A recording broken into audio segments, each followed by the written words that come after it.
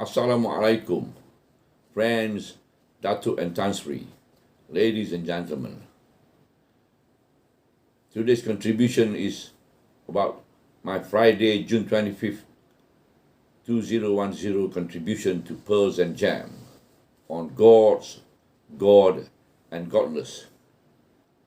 It has to do with Surah Sad, Surah 38, Ayat 1 to Ayat 8 from the Noble Quran. Sword by the renowned Quran. Nay, but those who disbelieve are in false pride and schism. How many a generation we destroyed before them, and they cried out when it was no longer a time for escape. And they marveled that a warner from among themselves had come unto them, and the disbelievers say, This is a wizard, a charlatan. Maketh he the gods one god? Lo, this is an astounding thing. The chiefs among them go about exhorting, Go and be staunch to your gods. Lo, this is a thing designed. We have not heard of this in later religion. This is not but an invention. Had the reminder been revealed unto him alone among us? Nay, but they are in doubt concerning my reminder. Nay, but they have not yet tasted my doom. Surah Sad, Ayat 1 to Ayat 8 from the Noble Quran. How classic! The above ayat were alluding to the Meccan Quraysh during the early days of Muhammad's prophethood. The Quraysh at that time were polytheists, idol worshippers worshipping some 300 gods. If we look at history, early men believed in too many gods. Just about anything that moved, that amounts to something, they call them gods. By Prophet Ibrahim's time, man was already exposed to a series of lesser-known messengers of Allah, most notable of whom was Noah, who sadly could not even influence his son.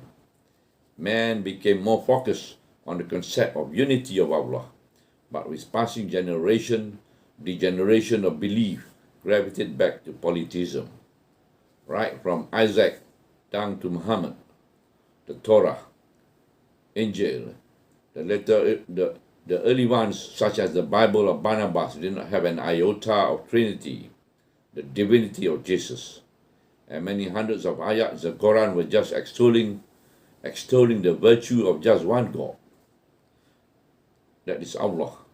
Starting from Darwin, though, onwards till now, materialists took hold of the initiative, and presently it has become politically incorrect and unfashionable to bring God into the public domain in all Western and even in most Eastern countries.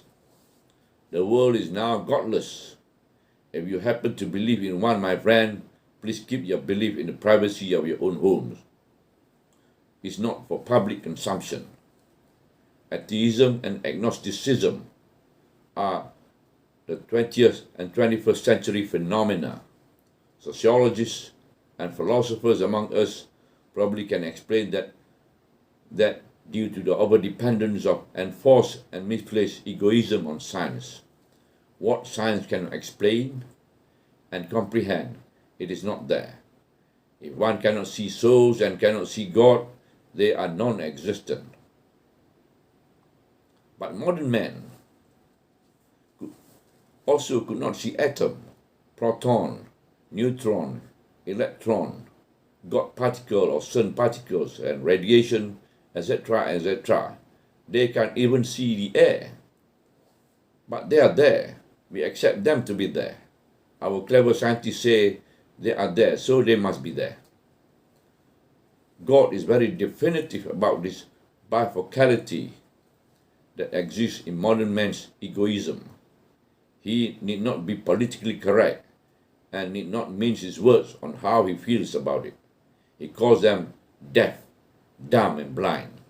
In other parts of the Quran, he said they are worse than cattle. However, to be frank, if super scientists and thinkers like Albert Einstein or Carl Sagan were entirely honest and truthful to themselves. New science, especially quantum physics, points to the existence of one God. A critical analysis of Einstein's special theory of relativity and new works been done in quantum physics point to the existence of that one God as pointed earlier in the Torah and the early Bibles and repeated in the 6,000 plus ayats of the Quran. For 1.5 billion of us Muslims, we do not need science to validate Islam, let alone Allah. Nonetheless, when initially lost sheep like the late Professor Muhammad al-Mahdi, who died about 15 years ago, and an American by birth, a quantum physicist by training, could indeed finally see his maker through science, our heart can glow with warmness and satisfaction.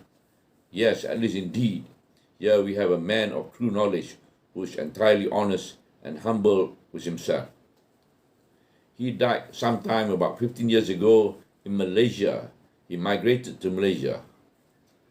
And you can surf him on http://islamic-world.net/